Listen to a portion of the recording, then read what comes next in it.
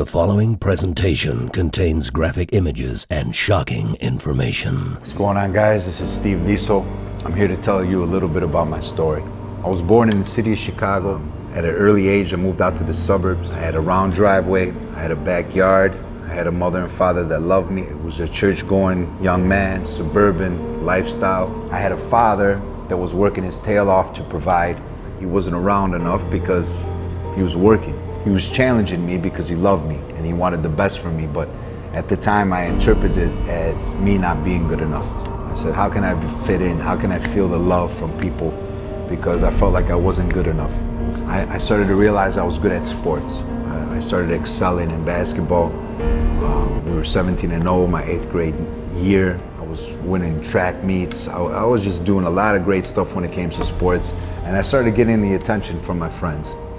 I carried that over into high school, and I carried off my accolades and my accomplishments into high school, winning Mr. Husky events, which all area basketball players set a school record for most steals in one game. But during this time, I started experimenting with marijuana and drinking on the weekends.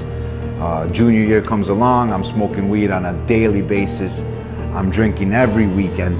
By senior year, I had tried cocaine, and I was definitely smoking weed 3 times a day, drinking at house parties on a regular basis on the weekends, and I still managed to get a Division I NAIA scholarship. I become a starter. What do? I drop my education in order to hit the club scene in downtown Chicago, the rave scene in downtown Chicago, rooftop parties.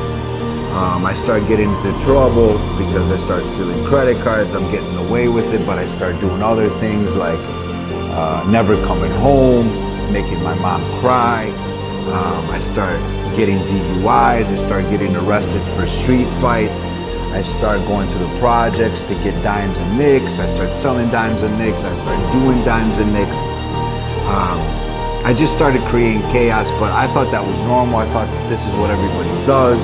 This is the life. My family forces me into rehabs. I would go into rehab not wanting to get better, and I would pick off right where I left off, and even worse. I finally decide that I need to make a change. I'm the one that's doing something wrong. This is not the lifestyle I want.